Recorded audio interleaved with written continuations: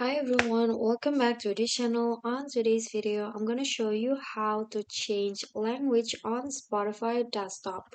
So as you guys can see here, I've already opened my Spotify on my desktop.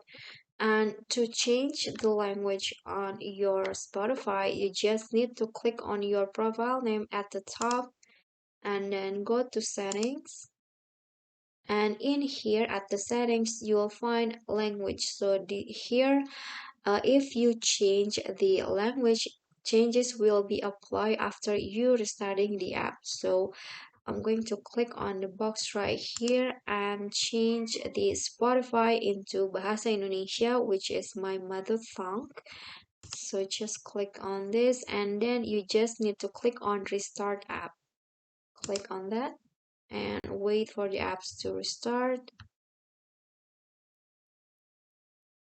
Okay, so now the menu and also the all the menu here will be changed into the language that is you choose before, like this. Okay, so I think that's all. That is how you can change your language on Spotify desktop. I hope this video will be helpful to you. If you enjoyed the video, please do click on the thumbs up icon, leave a comment and subscribe. I'll catch you all in the next video. Bye.